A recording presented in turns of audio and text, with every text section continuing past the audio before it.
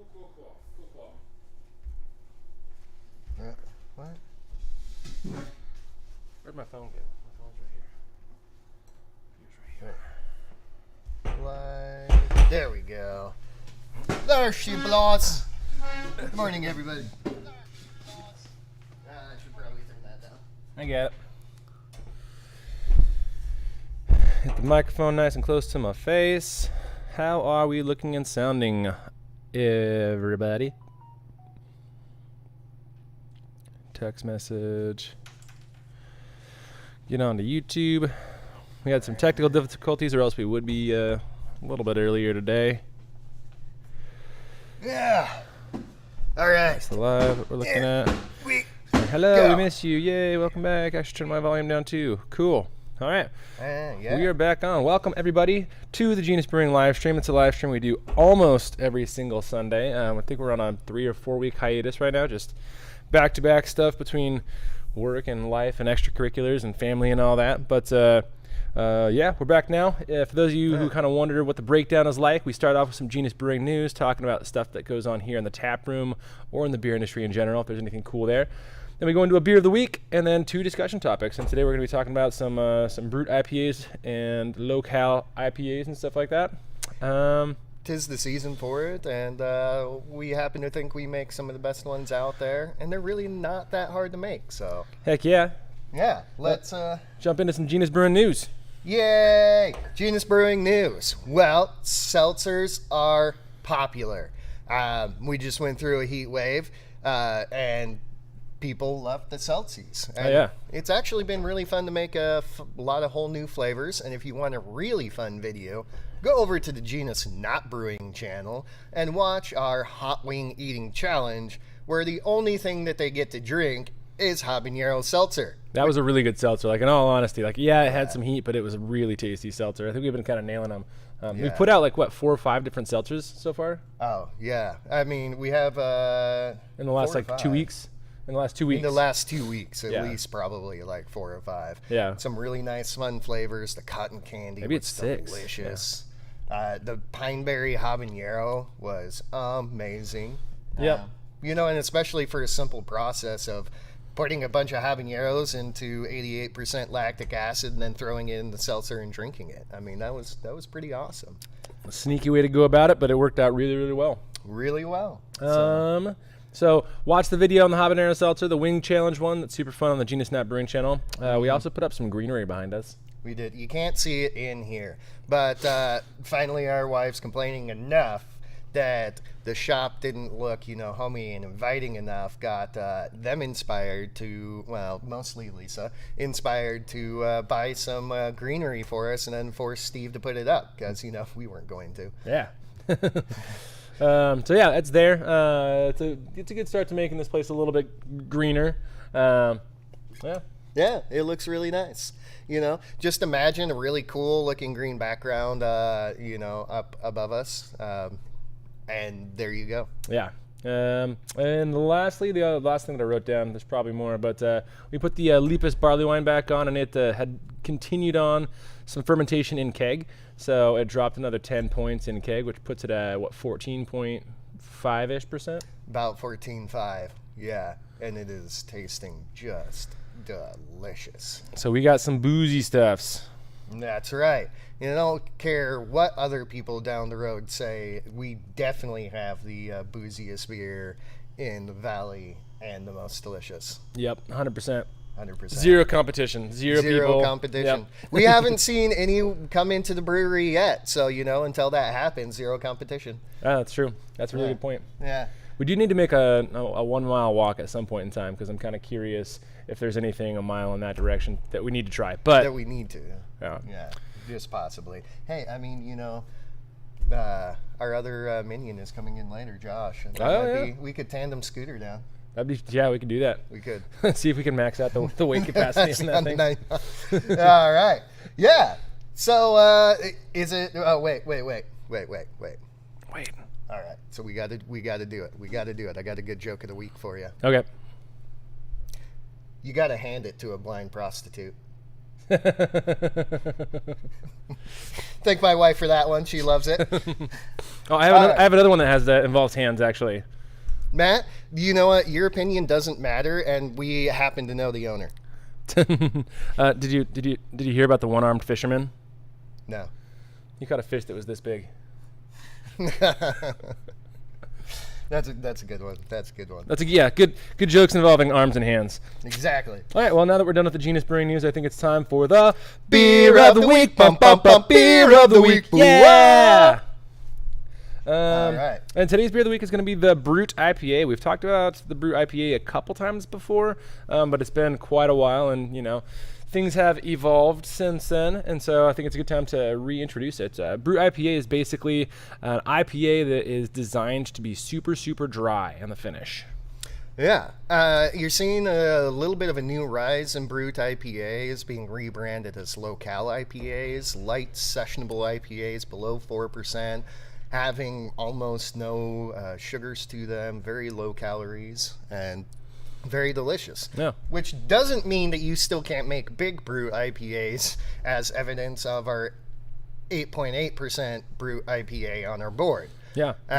But just by the nature of the fact that they're going to finish dry, they're going to make a lot more alcohol. It's kind of like wine, because they finish so low final gravity, the alcohol on those goes way up. So, a beer that starts at, 10.55, I want to say will still finish out at like 7.8% alcohol.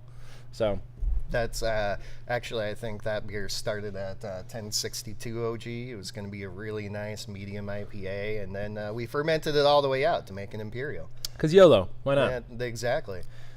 So in the heat wave in the summertime, it's really hard. It's not really hard. It's really easy to drink big IPAs, but it could be more enjoyable if they were lighter and more sessionable. And this is a great way to do it with the low cal. Yeah. We've been making a few of these for a while. There's a few tricks that you have to do to make it more palpable on there, since these beers are so dry. The bitterness is going to be super aggressive, and you have to adjust for that.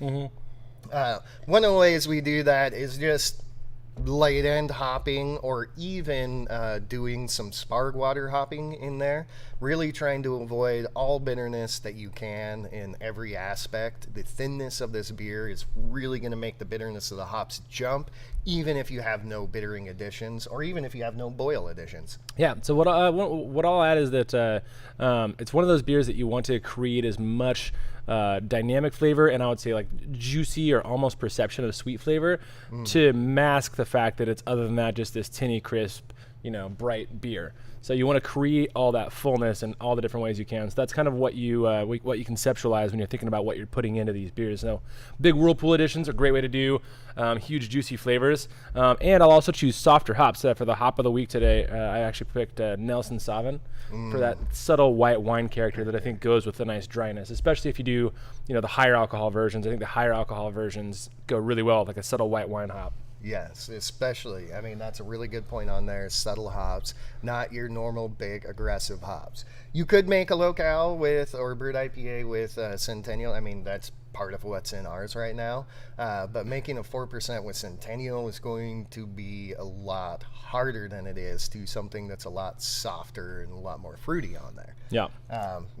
Stay away from the huge aggressive hops. No Chinooksies. No Centennials. No, I wouldn't suggest it. If you're doing all whirly, you could probably get away with a good amount of, a lot of the big hops like Mosaic and Galaxy. But still, you got to be thinking about how you're going to be balancing that back end sweetness. And so if it's on the Brut side, if it's on that 4% side, that might come with an actual sugar addition, which we'll talk about a little bit later. But if you're on that higher alcohol side, where you get a little bit of sweetness from that high alcohol, you can kind of handle a lot of that. And so as long as you're adding all those hops in the Whirlpool and creating that softer fruitieress, and we should add that you definitely want to get all that plant material out of there. You don't want that green, that hop burn. No. None of that flavor. Which, along with that, we have found that cryos or Lupomax tend to be a lot more advantageous for this, mainly because there is less plant matter in it. Yep.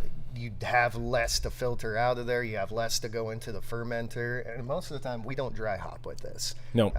Dry hopping can be a little bit too aggressive and give you some of that plant matter bitiness. So if you do it with Lupomax, not with or cryo or Lupomax, Yeah. not with regular hops. You want to stay away from as much plant matter as possible in this. Keep it nice and dry on bitterness. Let's jump back a little bit. I want to talk about, I picked Heidelberg as my malt of the week for the reason that it's a really good baseline, and I also, this is a fun beer for me, fun beer style for me to make as physically light as possible. So I think it's fun to have a really full flavored beer that looks like crisp and yellow. It's just kind of a fun concept in my head. It looks almost like light yellow fizzy beer, but tastes amazing. Yeah.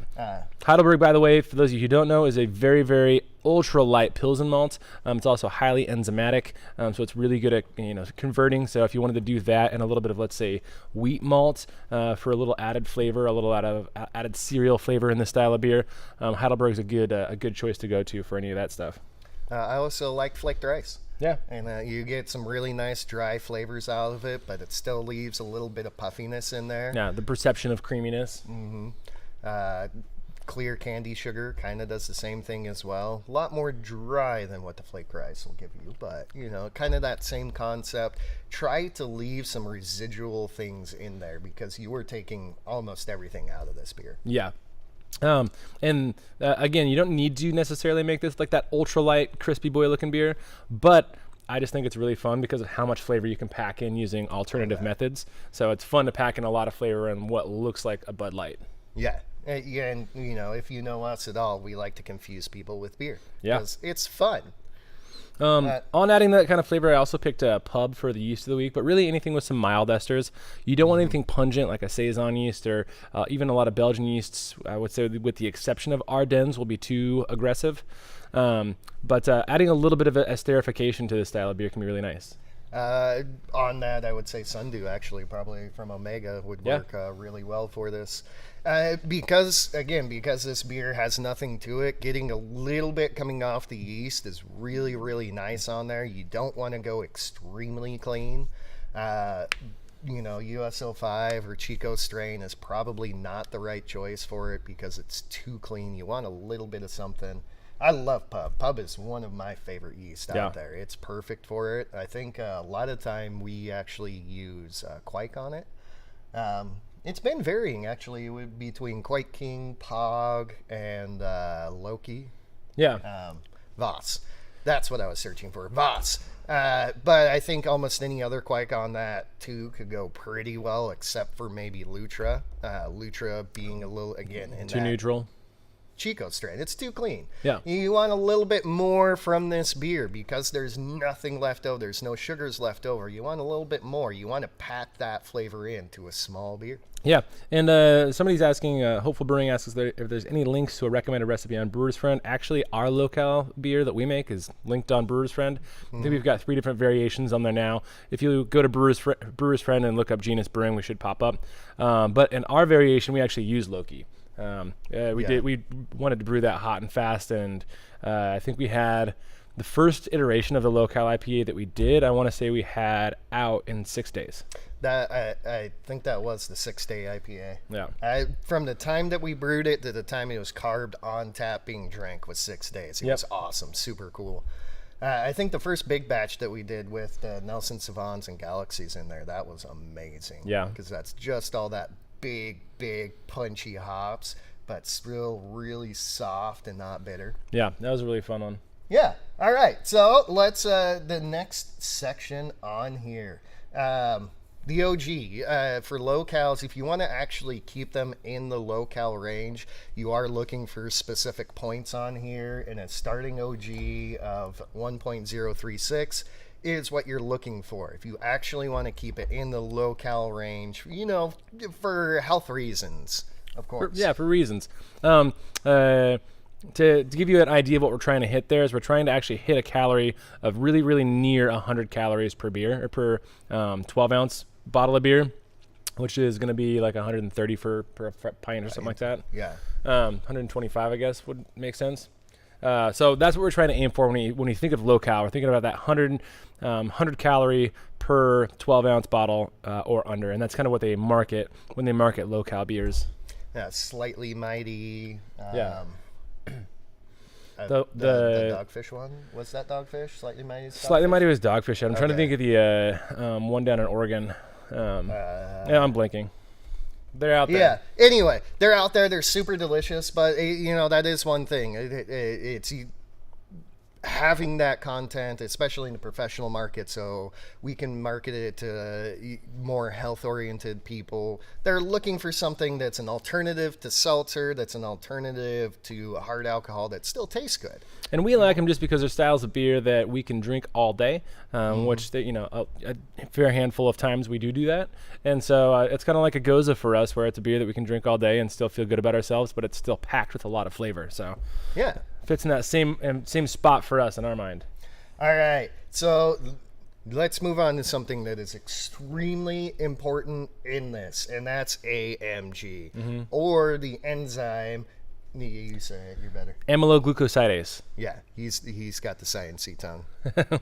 Amyloglucosidase is the enzyme that actually is going to go and convert all the longer chain starches in this style of beer into fermentable sugars. And so basically it's taking all the non-fermentables in the beer, which are also the calories in the beer, everything that gives you that final gravity, and it's turning them into sugars that turn into alcohol. So we like to use AMG at high Krausen because this is such a low starting gravity beer. It will, no matter what yeast you use, ferment out fairly fast. So high Krausen gives us enough time to make sure that the AMG is kind of working in tandem. It's right when, so for me, that's right when I start to see that high Krausen fall.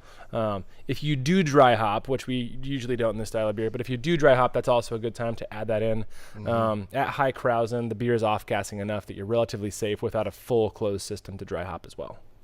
Yeah, and like I was saying before, this is one of the more important parts about Brut in there. You can get a couple of strains that are diastaticus or create their own enzymes to further ferment sugars, but generally those are going to be more aggressive yeast that put off more aggressive flavors that you don't want in there, such as Belgian strains, especially Saisons. Yeah. So we're adding that enzyme in there, and that's how we're taking all the calories out. That's how we're taking all the sugars out. That's how we're getting down to 1.000 final gravity. And that's what makes it a Brut. You want to aim for a final gravity of 1 or even maybe a little bit under, depending on what all's in there. Yeah. If you produce enough alcohol, it's less viscous than water. It'll drop below 1, and you can have some really tasty things on that. Yeah. So we talked about this before, but when you're doing a beer that dry, it's really, really hard to add enough body to the flavor to really stand up to whatever hop flavors you're going to add. And you really want to have that balance in your final beer. So there are a couple tricks that we do to kind of make sure that there's that perception of complexity and mouthfeel and sweetness in the beer, especially with a low-cal version of this, to make it have that full, well-rounded flavor. Our go-to trick is going to be adding monk fruit sugar. Monk fruit is awesome. One, it's an unfermentable sugar, so your yeast is not going to touch it, which is pretty awesome to use pretty much in any of your brews. Beyond the fake sugars, lactose is something that we use often and everything. Lactose is a little bit inappropriate in this. You're taking away from the low caloriness if you're adding lactose. If you don't care about that, add a little lactose. It'll be all right. Make a milkshake low-cal. Yeah. Well, not low-cal, but a milkshake Brut. Yeah. But monk fruit still has low-cal on that. It's a keto sugar if that's something that you're also worried about.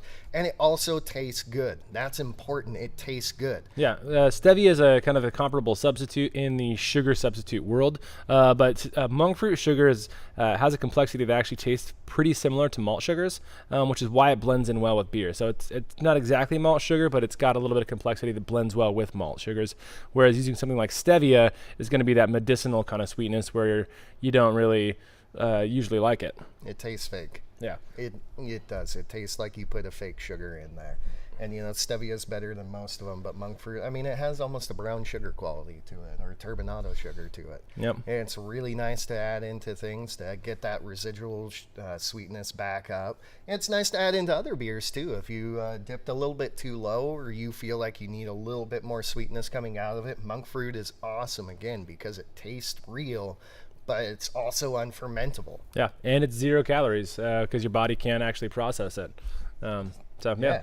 Nocturnal Brewer is saying on here, wouldn't a party guile method for be good for starting something like that? Yeah. I think it'd be good, yeah, especially if you have a party gal method with maybe a thicker mash. So you're gonna have some non-fermentables and probably there's slightly less soluble sugars that are in your mash as well. So having those less soluble sugars means the party gal will retain some of that can still be fermented by after the AMG hits it in the actual fermenting part of the second runnings. So. Yeah, do keep in mind that you're adding some enzymes to further convert starches into sugars or complex sugars into simple sugars in the fermentation process too. So some of these tricks that you normally do for beers to create unfermentable sugars or bodybuilding sugars don't quite work as well in this. Yeah. Mashing higher to create the more complex sugars, as soon as you add the AMG, it doesn't care. It breaks them down and then they ferment. Yep. So doing things like actually longer boils to create more Maillard, even though the complex sugars from the Maillard will ferment out, having that Maillard reaction go on will give you the perception of sweetness, and that'll be in there. We just normally don't do that because we make a lot of these raw. Also, we don't do that because we like the light crispy boyness of it. But if you don't mind a little extra color, go for it. That's a great way to do it too. Yeah. Before we end out the Brut/locale section, another trick besides the monk fruit sugar to add a little bit of sweetness, which we touched on before, is adding some sort of complexity with the malt sugars that you did. And I'll say that there is a malt called Caramel Pills, which is kind of a hybrid malt. But Caramel Pills is the one malt that I really like to add in something like this because it's on the light end of the caramel spectrum. It's also a pseudodextrin malt, but it has, honestly, most crystals type malts are pseudodextrin malts anyways. But it has a little bit of honey-like sweetness, and it's not overpowering like a lot of the darker crystals will be. And this is one where since a lot of the flavor building in that caramel pills is going to still be broken down and fermented out, it lingers a little bit of sweetness or perceived sweetness at the very end that isn't detracting, and it's just nice. If you like a crystal or C10, use caramel pills instead. Yeah, great move to switch those over. Yeah, you're gonna get such a great, beautiful little flavor coming off of that. That's a beautiful thing to do. So yeah. All right. Well, hang on. Before we get into that, somebody who was it? I think it was Reverend. Yeah, Reverend K. I noticed that we had Adam's beer up here. So he is a gentleman who is frequently commenting on the live stream. Stopped in, handed us a whole bunch of beers, and we're gonna drink them because that's what we do. All right, let's see. What do we got? We got wit beer. We got hazy IPA. So the one thing is when you do the Cali common, we got to do it with the anchor steam, so we do a side by side. Let's do the IPA. He did say by admission because it was these were canned off tap. He did say that the IPA might not have the staying power that it would have if we'd have been able to drink it fresh, which we understand that. If you're canning off tap, it's not perfectly O2 purged.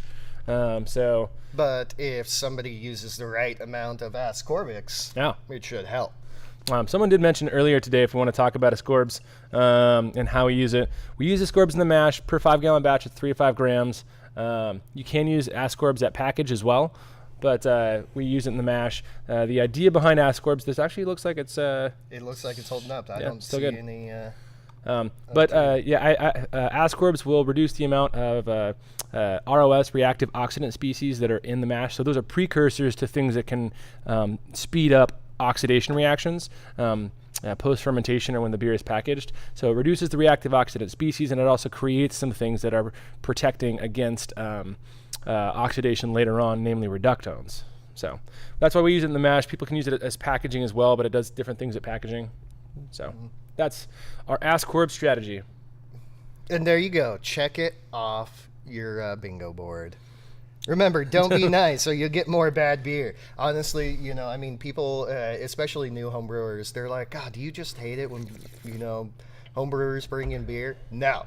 I think we've said it many times before. We like to drink bad beer. Yeah. Otherwise, you never know. Yeah, if you drink good beer all of your life, you have no idea what really constitutes it as being good beer. It also helps us appreciate which breweries in town are better breweries, because there's a lot of breweries in town that create beers that I would say consistently taste like beers that I taste homebrewing from homebrewers. And so I know my palate has shifted a lot just being in the beer industry for the last 11 years. But it's a good check-in to know, like, hey, when I started homebrewing, I would have thought that this was a great beer. And now I'm like, now that I've been brewing for a long time, I'm hyper judgmental of a lot of our beers, and then I realize that there's a spot. Yeah, there's a spot between judging it and enjoying it. Does lactic almost work the same as ascorbs? No, lactic acid and ascorbs are very different acids, and how that the reason is how they end up breaking down and what they end up creating during. When they're water soluble. So lactic acid has a very stable compound that won't change once the hydroxide ion is released. Not hydroxide, the hydrogen ion is released. Whereas ascorbs can go through a series of reactions after that create other products that continually make your beer shelf stable, is the best way to put it. Yeah. All right, Adam, you want to be harsh. The first thing I'm going to say on that is the clarity on this is juicy, not hazy, but it is delicious. It's delicious. I get like lemony and peachy notes.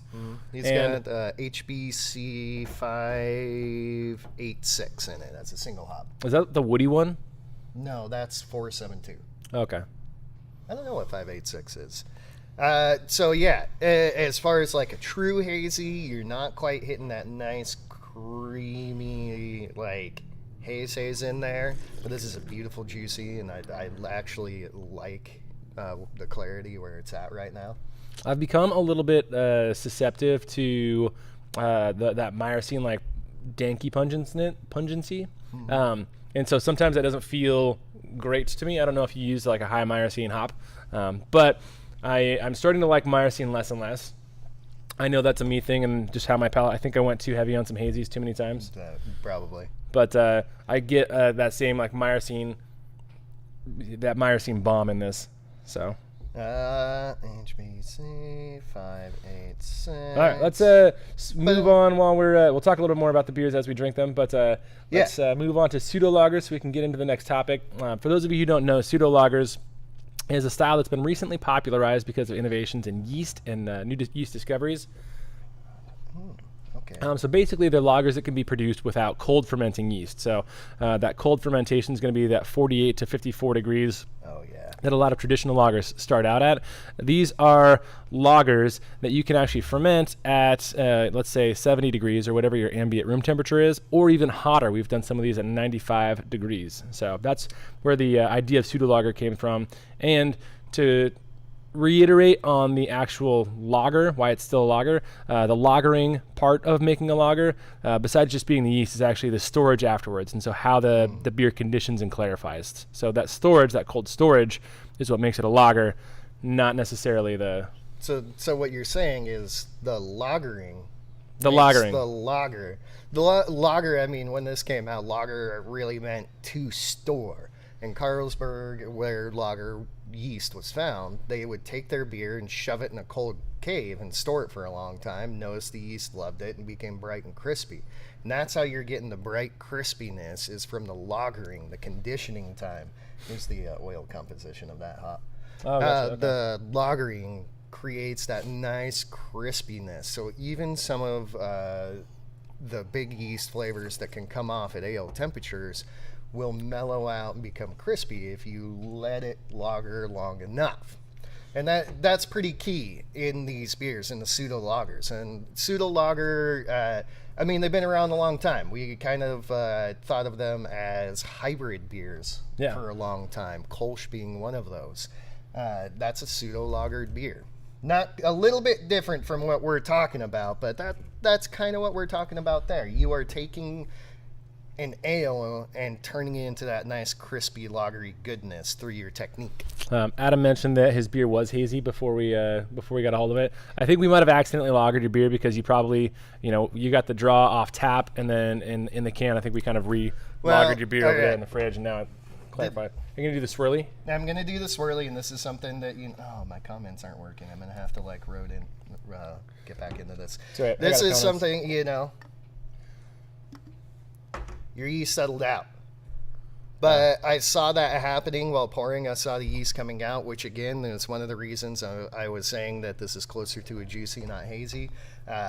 You didn't create the stable haze in there, which is not a bad thing at all. I love this beer. It's actually really good. It's a very tasty beer. Yeah, but in the realm of hazies, when we talk about people making hazies that are clear hazies, what you did here was make a clear hazy. So a hazy where a good chunk of the haze came from yeast. You should be able to filter out your yeast and still create haze, which comes from, honestly, it's not easy to do. Turbid mashing is a way to do it, but getting a lot of mash proteins and starches that are going to be shelf stable, plus the biotransformation dry hop, which I'm sure you did. Yeah. And, you know, putting it into the can with a little bit extra pressure, our refrigerator could actually be colder than your kegerator on it, and it just reached a nice temperature for the yeast to drop out, or you drank it a lot faster than we did. Yeah. All right, so let's move on the Pseudo-Lager front. Yeah. Let's talk about, so we already talked about how you can lager pretty much any style of beer. But when we talk about selecting yeast, there's a couple different yeasts that have been popularized in the last, I want to say 5 years for one of them and like 2 years for the other one of them. They are really good at fermenting lager cleanness at hot temperatures. And so 3470, which is the Feinsteffen lager strain, that's a yeast that we've talked about in our original, like 3-4 years ago now, whatever it was, the Brewing Mist video. Yeah. The Feinsteffen lager strain needing to ferment at that 52 degrees. We've made fantastic lagers using that 3470, fermenting all the way up to 70 degrees. Yeah, that is our house Kolsch strain or a house clean strain. Anytime that we want something to be really clean or Kolschy, 3470 is it. It's a beautiful strain. Or you ferment it down at lager temperatures and have just beautiful yeast production off of it. It's an amazing yeast. Newer yeast to come up with this is Lutra. And this is a yeast that we've been using quite a bit. You probably heard us talk about it, every once in a while. Lutra is a quike yeast that's been isolated from Hornadal to have very, very clean production, even at high temperatures. Yeah. We've kind of fanboyed over Omega for a good amount of time now, and mostly that's because they send us a lot of shirts, but also it's because their yeast is really good, and Lutra is just a fantastic thing to come out of them. We'll do like West Coast IPAs at 95 degrees, but even when we did our, we would do the exact opposite of a lager brew to make a lager when we did our Pseudo-Lager. Yeah. And so we used Lutra in that, but we made a beer where we fermented, so we did a beer where it was a raw ale. So raw ale. There wasn't a boil at all. We hopped our sparge water, and then we just added a lot of different techniques at the back end, which we'll talk about as we get further down the list of what we're going to talk about, to make it as clean as possible. But that was a really fun one. And Lutra worked amazing at making that crystal clean beer. Yeah. And like we said before, we've been fangirling over Omega for a minute because they're doing some really cool different things with yeast. And again, they should make a lacto shirt and definitely send it to us along with the Cosmic Punch shirt because, we need to rep them more or just want the shirt. If you guys want to help them out, just email them and be like, Omega Yeast, we've bought everything because of Genus Brewing, and I think you should send them more shirts. Definitely. But Lutra is really awesome for that. Now, I will say that we originally started using them when Omega came out. They originally said you can go full 95 and have really clean production. Yeah. They have stepped back a little bit and said, well, maybe more like 75 or 80 for cleaner production.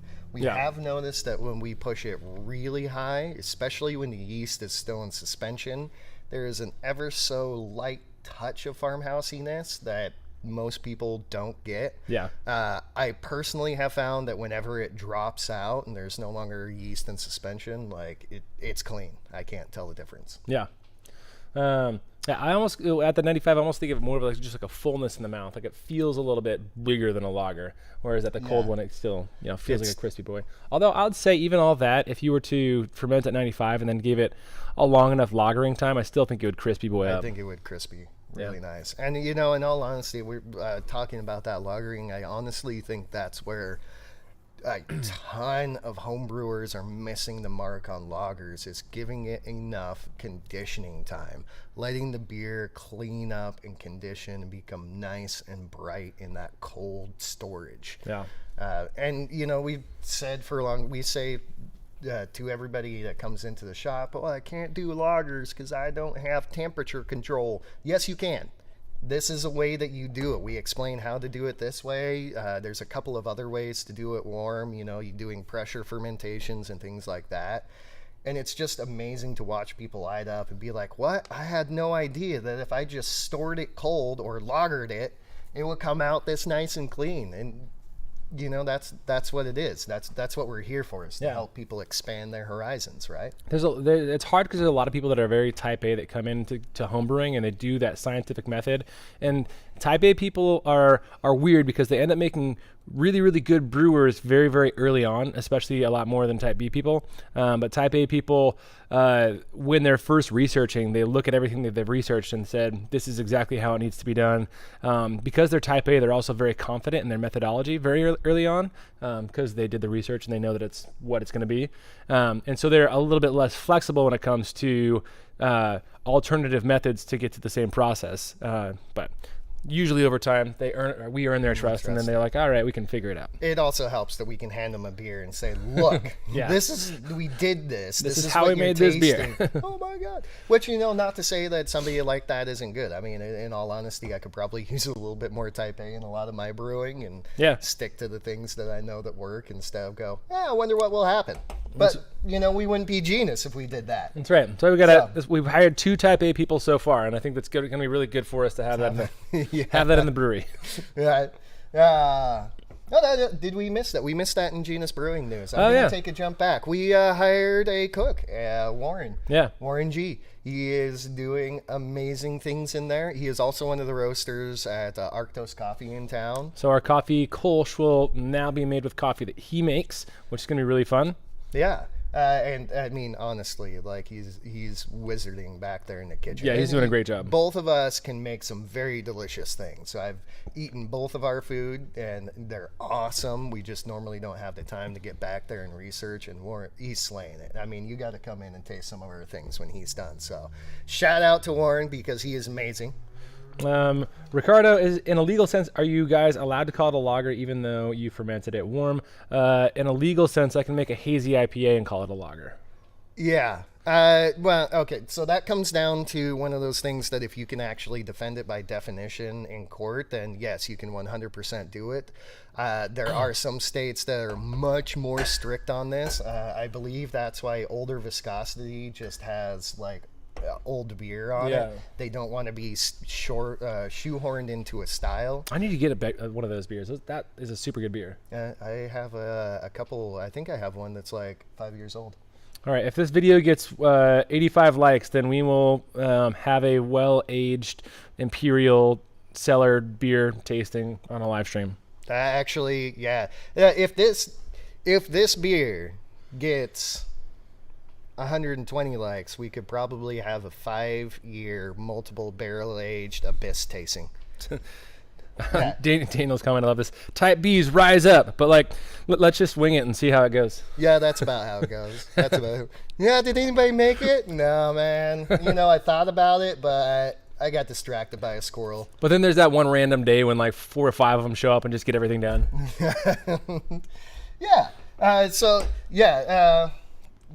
Sorry, was that Esteban or Ricardo? Yeah, so there is, in some states are more harsher than others. There are some times that you shouldn't call things that they're not because some jerk might take you for it. It's personal integrity more than legal stuff, though. Yeah, on that, if it tastes like a lager, I mean, that's unfair because lagers taste like a lot of things. If it tastes like a light crispy boy, it's a lager. Yeah. That's what it is. And especially in a professional sense, it's easier in a homebrewer sense to get nitpicky about this. In a professional sense, when we put it on tap, it needs to be something that our customers are going to recognize. Adam, you're amazing. Thanks so much for the super chat. And beer. Oops, accidentally super chatted you. Weird. Yeah. Also, so one thing about this is really kind of funny because when Adam dropped these off, he was like, by the way, I'm going to be maybe not able to watch live streams for the next 3 weeks. And then through random acts of us having family and business and 4th of July coming up, we didn't do a live stream for 3 weeks. So it works out perfectly. It was great. Yeah, but thank you, Adam. You're awesome. He also does the bingo that I need to start linking that. You do. Actually, not a bad question for this. Do we put ascorbs in lagers? Yeah. Yeah, you should do. So ascorbs aren't just good for preventing hop oxidation. They actually lead to a lot of characteristics that help aid in flavor in beer. Ascorbs actually aid in the Maillard reaction. So if you want to get that Maillard flavor in beer, ascorbs are a good precursor to that. And they anything that has that heavy Maillard, which is why for beers that you want to age for a long time, it's one of the reasons that we recommend a really long boil. That Maillard reaction produces those reductones that help make the beer more shelf stable. So yeah, ascorbs in lagers for sure. You use ascorbs in your beer. If Yeah. you want your beer to last longer or taste better longer, ascorbs. That's your basic wit beer. Yeah, it's really nice. We are now going to drink a wit. That is... I actually really love the color. Less orangey than you see. And I don't mean orangey as in Blue Moon, let me put some orange juice in it. But, yeah, I like that. Yeah, no, the peppercorny kind of spice comes through really, really nicely. And it's not overshadowed by cloviness, which some wit beers can be. It comes as a nice, like, peppercorn flavor with the oranginess. It's really pleasant. And the cereal wheat quality that's in there is, like, a very good level. It's not over cereal-y where you can get a little bit too heavy grain flavor. But that's really nice. It's almost shredded wheats on the nose. Yeah, we did a blind tasting beer from Tavour video on the Genus Not Brewing channel. I want to say a little over a month ago, and there was a wit beer section of that. And in that wit beer section, I think this would have gotten second. The wit beer tasting was in Tavour. It wasn't from Tavour? No. Oh, no, that was, yeah, we just brought a whole bunch of them. Oh, yeah, it's Pro Brewers Taste Cheap versus Expensive Beer, something like that. Anyways. Yeah, I think this would have gotten second out of that behind White Rascal. I'm sorry, you're just not going to be White Rascal. You're not going to be a White Rascal. I'm going to... Flat Dog, thank you so much for the super chat. We appreciate you. Yeah, this is really nice, really cereal. I'm going to change my thing. It's actually Kicks. Like, when I drink this, it's Kicks. That really nice, like, sweet grain. Silly rabbit. Kicks are for trids. That's right. You know, for my personal self, I could stand for a little bit more phenolics coming off of this. I could also stand for a little bit more coriander, but I love coriander, so I put coriander in my pepper grinders. So the coriander was added at the whirlpool, which could be why there's that difference in how the peppercorn flavor kind of comes through. And then it was filtered through orange zest. That's that bright oranginess. So it's different than that, because the bitter orange peel, the dried stuff that you get, can be a little bit like sharp and pinny. I personally don't like the dried bitter orange peel. I know why you use it, because it's really convenient, but it has all the pith on it, and that is just so bitter. I don't enjoy it. I enjoy it in certain beers. It's just got to be used right. But that's filtered through orange zest is a very different process than with that dry orange peel. You're usually going for a 30+ minute boil. So so this is really nice. I really like it. I mean, this is a super crushable, delicious beer that has flavors you don't normally get out of beers. Yeah. All right, so let's continue on. Great beer, Adam. Thank you so much. And let's talk about all the ways that we make these pseudo-lagers, especially if we do that raw beer that we were talking about, how we make them so lagery, especially if we're on a time crunch.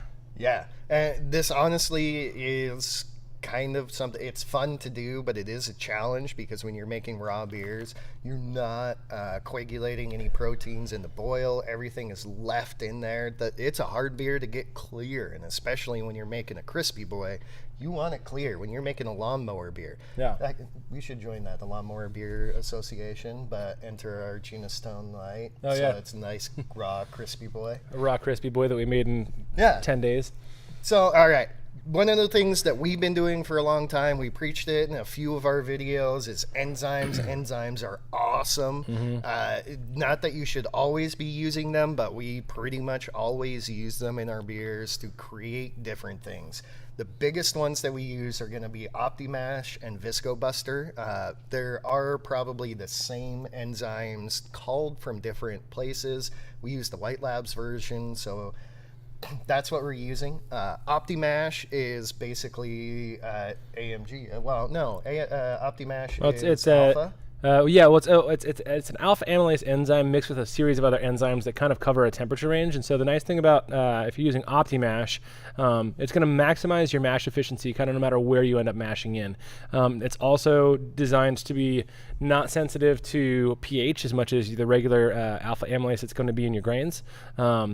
So it can work at a better range of temperatures, and it can work in a better range of pHs. But the number one thing is, regardless of how, like, let's say you're doing a 40%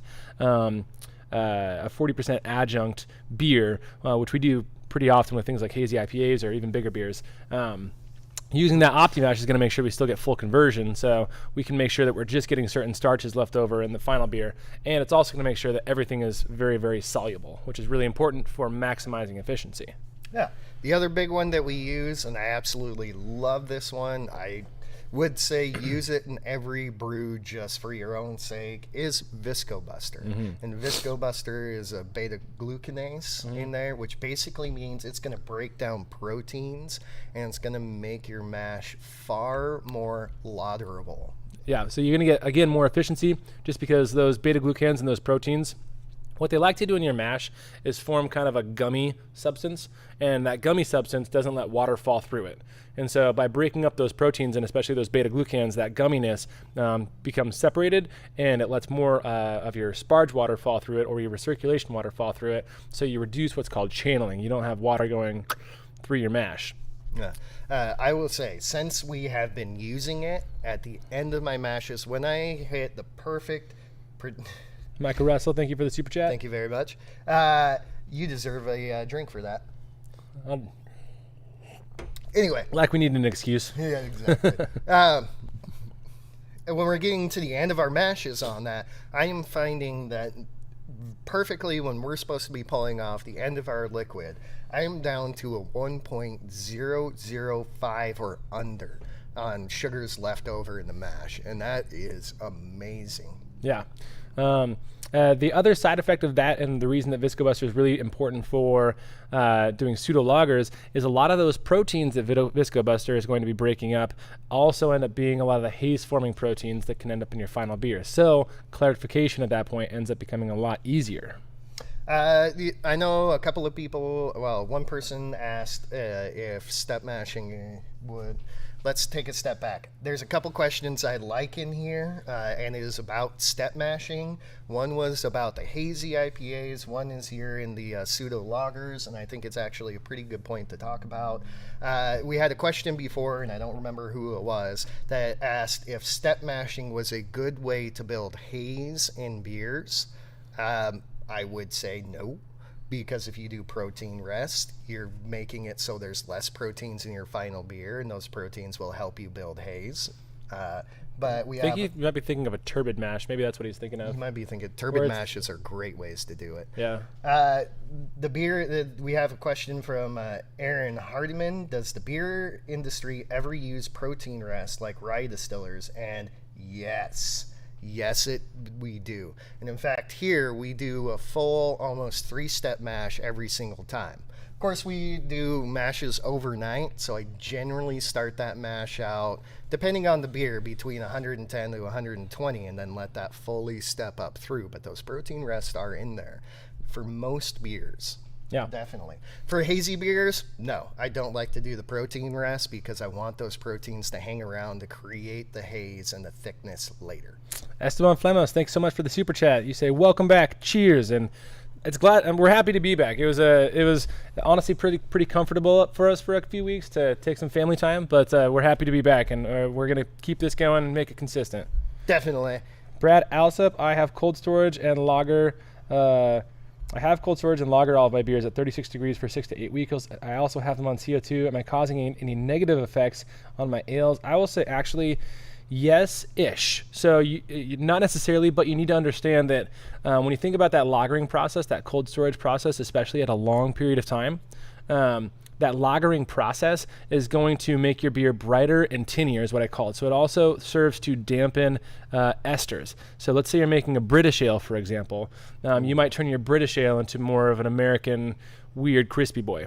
Oh, on that, you might even turn your British ale into more of a French-style beer. Yeah. If you taste, and we're getting back on it. Bière de Garde. If you taste the Bière de Garde fresh, that is actually very much more like a British beer. It's big. There's all these yeast esters going on. And then that 6 months lagering time that they normally have on it creates that super crispy, clean beer. Yeah. So some beers, it's kind of like wine. Some beers are meant to just be stored at that 55 degrees as their good storage temperature. So it's not necessarily bad, but all your beers will distinctly come out brighter, which for a lot of styles is a really good thing. But for some styles can actually dampen some of the flavor building components of the beer. Yeah, so it's just something to be aware of on that. I would say most British beers, it's probably a detriment to cold age it or lager it most of the time. I mean, if you're going for something like, well, actually, I'll take that back. If you're doing an old ale, it needs to be at cellar temperature so that little bit of Brett funkiness can come through. But British beers, no, don't do that. That's something I will say. That's not the style that developed in that. Irish beers, probably not as well. Some Belgian beers, but that's kind of back and forth. If you cold age or lager a Belgian beer, it's going to be nice, fine, and crispy. You're going to lose some of those big phenolics and flavors coming off of it, but that could be a really good thing. Yeah. A lot of American beers go back and forth. I mean, you could do either. Yeah, West Coast IPAs, I would probably say yes, cold storage like that is good. Hazy IPA, 6 to 8 weeks, not a chance. You've gone over its prime point at that. Tim Hart said, here's a really good question. Does breaking down all the protein with Viscobuster make less body in the beer? The answer is sort of. But what we like to do is, this comes down to kind of a base principle that we tell a lot of people and kind of get them to understand, is to know your ingredients and your processes. And so if your processes consistently break down, a certain number of bodybuilding proteins, and the reason that why we always like to do this is because the proteins and starches that we like to fill that body back up with are ones that we like in our beer a little bit more. And so if we know we're going to be breaking down, let's say even in a West Coast IPA with Viscobuster and OptiMash, we might, in that same West Coast IPA, add something like flaked wheat to build back a texture that we like even more. I used Viscobuster in my hazy IPAs and in my juicy IPAs. Let's start there. It goes into those just because I love being able to lauder out my beer. Because of that, I would say that our hazy and juicy IPAs are almost 60% adjuncts. There's a ton of oat malts in it. And not flaked oats, but oat malt, because the fattiness and the oil and the slickness that's in oat malt is something that Viscobuster is not going to take out. It's going to leave those big, puffy feelings in there. Also, flaked rice. I use a lot of flaked rice in our juicies instead of wheat or flaked oats, because the flaked rice adds that fluffiness to the mouthfeel that Viscobuster is not going to take out. All right, so we got a couple more questions, but let's jump onto it just so we make sure we get through everything really quick. I do want to shout out Tuan Bui. That segment on using enzymes needs to be its own vid. Thanks for the advice. I'll let Ryan know to hopefully pick those out, and that actually would be a good idea to turn that into its own vid. Yeah. And you also mentioned a good question for when we go back to the lager stuff, which is a diacetyl rest important for pseudo-lagers.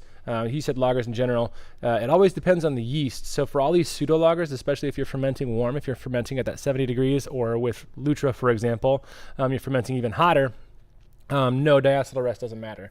If you are doing a cold fermented lager with a classic yeast, it depends on the yeast, but a lot of them will throw diacetyl, and so that can be important. I will say we do a VDK rest for any cold fermented beer, whether it's a lager or an ale yeast. And yeah, and part of that has to do with not only does it save us against the potentials for VDKs, which are diacetyl and pentane dione, but it also makes sure that the beer finishes up quicker. Yeah. So all the tips that we do, we've talked about the Viscobuster and OptiMash. Let's talk about those. So those break down a lot of proteins too, which makes a lot of stuff that's easy for super moss or Werflock tablets or Irish moss to grab onto the boil. So if you were to use Viscobuster and OptiMash, and then at the end of your boil for the Pseudo-Lager, if you're doing a boil, we did a no boil before, if you were to use that super moss or Werflock tablet, you'd notice a ton of grimy protein gelatinousness at the bottom of your boil kettle. So that's kind of an easy cheat code to just make sure that doesn't end up in your fermenter. But again, we've done the same thing with a raw ale. which means no boil, in which case the best solution is to have a good recirculation of your mash prior to going into the fermenter. This is actually in here right now. Hopeful Brewing, thinking about doing brew in the bag. When recirculating, does it need to return to the top, or can you recirc via whirlpool arm to the top? Yep. Is where you should. If you're in a whirlpool arm, that's normally coming in from the side and shooting around the side. So you're going to be missing putting that back over the top of your mash, but you're putting it into the middle of your mash.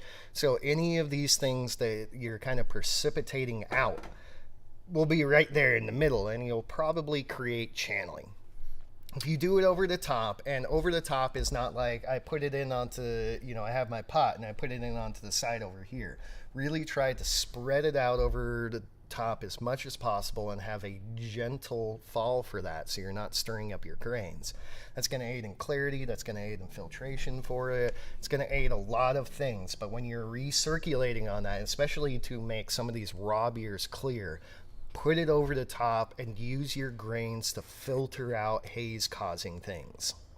Yep. Teddy Copper Ale.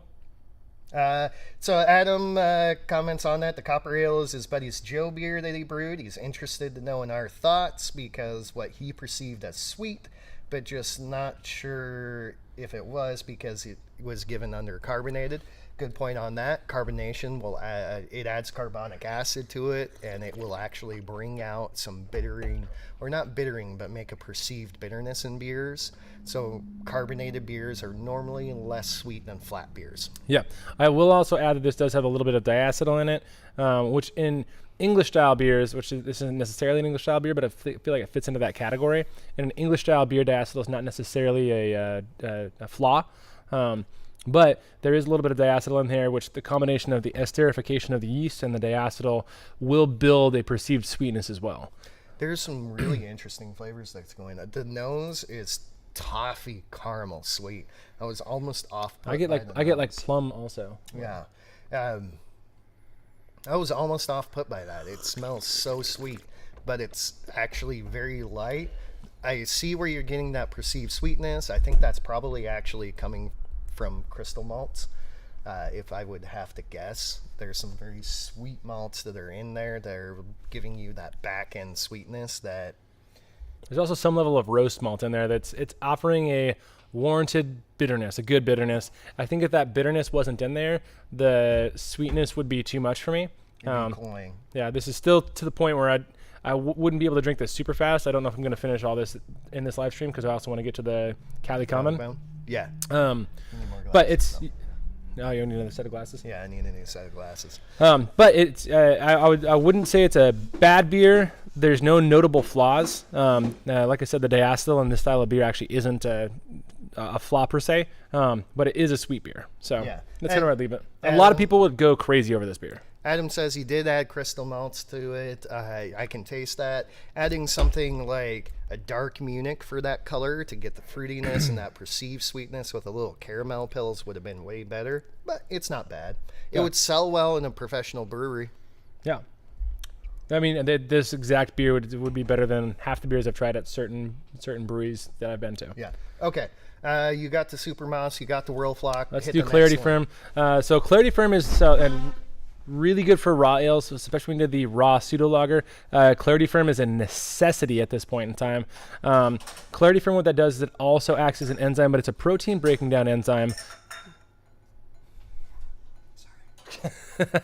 So Clarity Firm is a protein breaking down enzyme that you add tandem with the yeast. So it will serve to clarify your beer, and it's one of those. It's an enzyme that was originally created to be a beer clarifier. But it also serves as a gluten reduction. So if you want a gluten-reduced beer, Clarity Firm is the enzyme for you. Scott Hambley, thanks so much for the super chat. Appreciate it. So Clarity Firm is something you can add when you add your yeast in fermentation to help get you that lager-esque feel a lot quicker. And it's the only enzyme that you really add during, like when you add your yeast. Clarity Firm breaks down some hop compounds, though, doesn't it? It can, yeah. So using Clarity Firm and highly hopped IPAs may not be the best, right? Depending on what you're going for with the IPAs, because it also will break down. It acts as a beta glucanase. Beta glucanase as well. No, not a beta glucanase. What am I saying? Glucosidase? Glucosidase? Not a glucosidase. No. It breaks down the thing that attaches my brain's going blank. The thing that attaches the hop oil to the sugar. That thing. I know this. That's a point I just wanted to bring up, that when you're thinking about Clarity Firm, it's great for a lot of things, but the way that it reduces hop haze can change the hop flavor, so do be aware of that. Yeah. All right, let's go into double fining. We've talked about this a lot. If you want to get the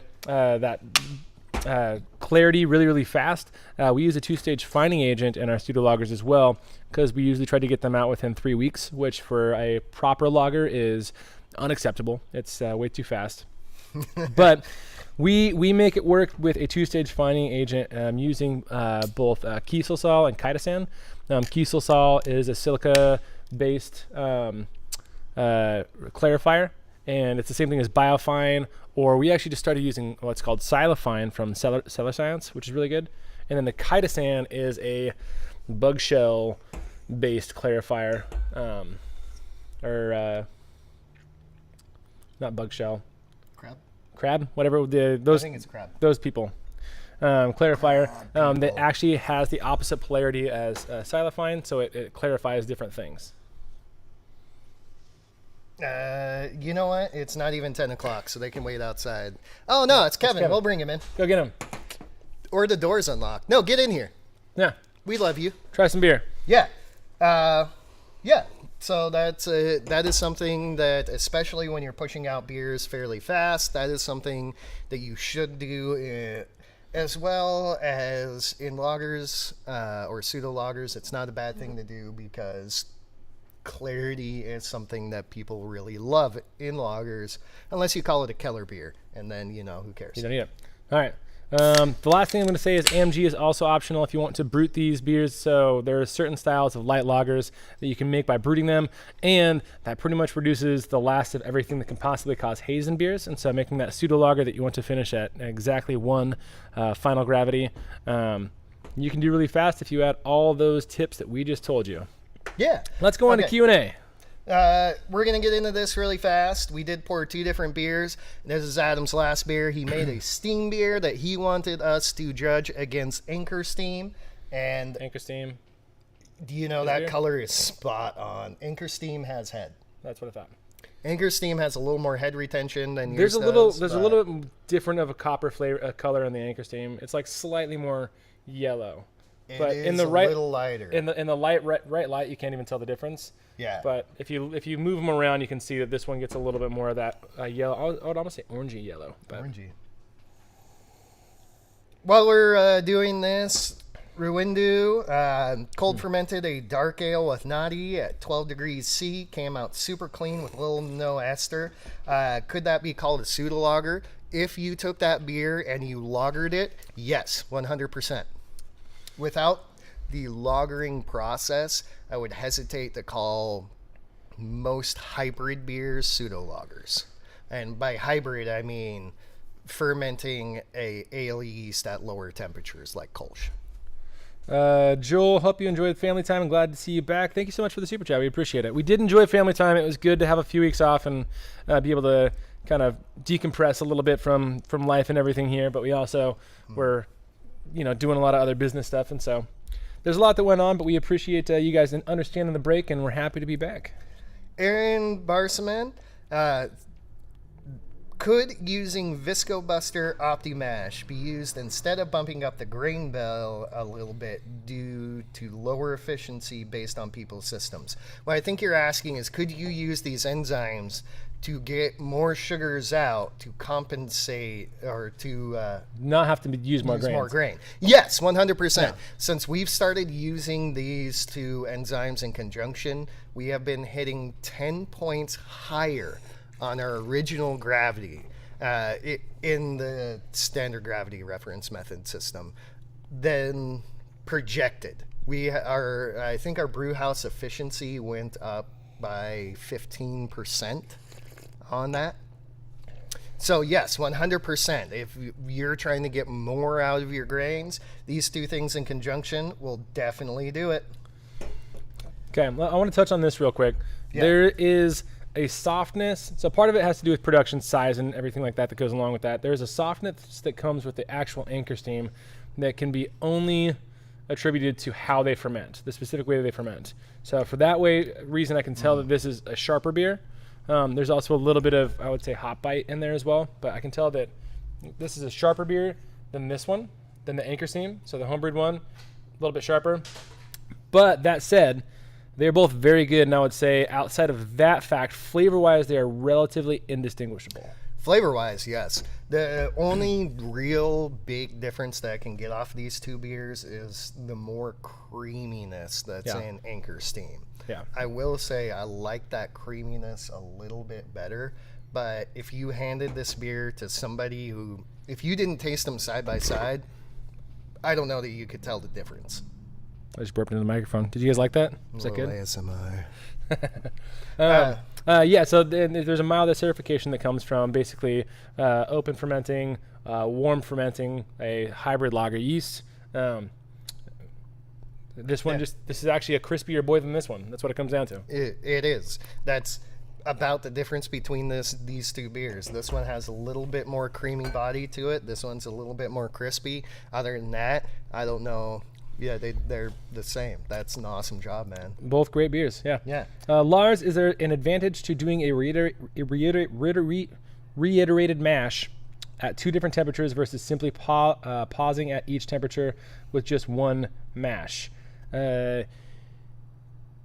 Yes, but that's a really complicated question. So there's a couple reasons why you would think about doing that, and that's going to take a lot longer explanation than I think we can go into.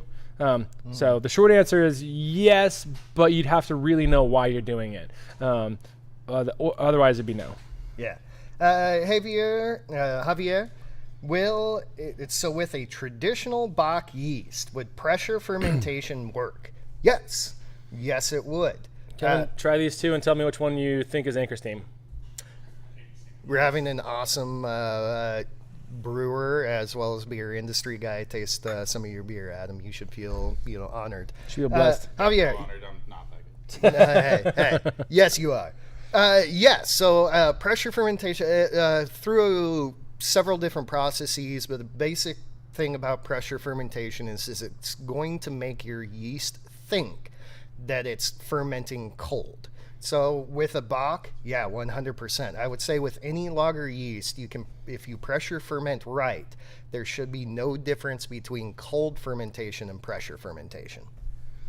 Do you add enzymes at the beginning of the mash or at some point during? Optimize and Viscobuster at the same time. Great info. Thanks, fellas. Yeah, yes, we add both of those at the beginning of the mash.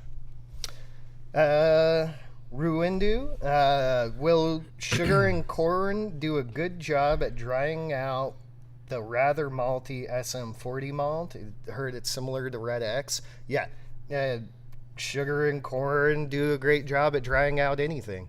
Corn will add a little bit of fruitiness. Which one do you think? I think that one, the one you handed me on the left, is anchor steam. Yep. Okay, it's fucking close. They're close, right? The only thing I'm picking out is the other one's a little sweeter, and that was my. Oh, okay. No, yeah.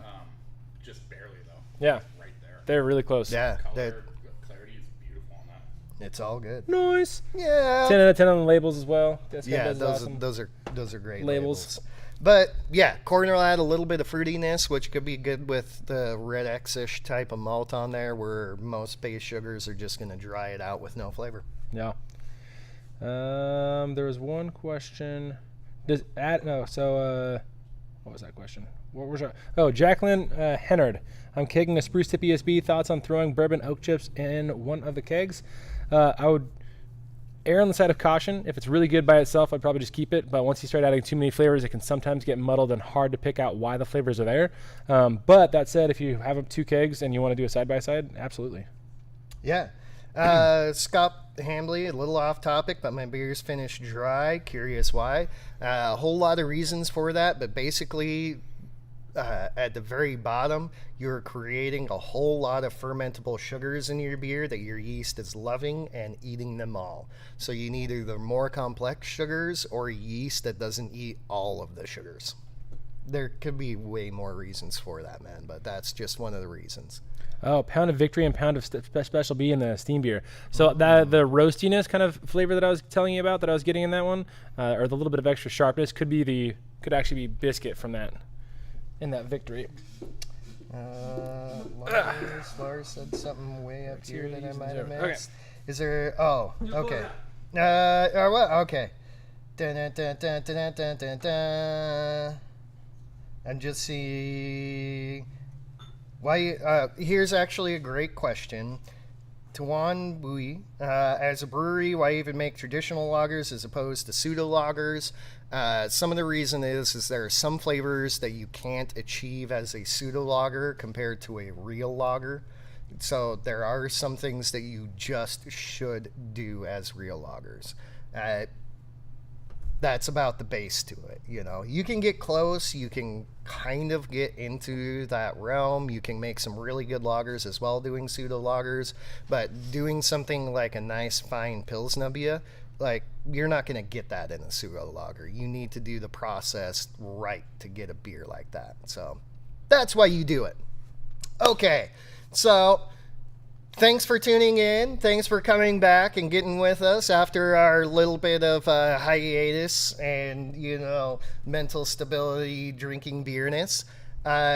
Thanks for tuning in. We appreciate having you guys. Smash our like button, of course, because we like it when you smash it. Go subscribe to the channel. Subscribe to Genus Not Brewing. We both have Instagrams personally that you could follow. You could follow the brewery one. We would appreciate that. Maybe comment on things, make the algorithm work for us. It's good to be back. Keep sending us beer because this was awesome. This is what we love to do. Bring it in, send it to us. Let us drink more beer. Yes. Oh, yeah. And do watch the Wings video. It is quite hilarious, especially watching Damon almost cry. It makes it worth it. 100%. Hey, thanks for tuning in, guys. Good to see your faces, and we will see you next week. Remember, if you get enough likes on this video, we're going to do some big beer tastings.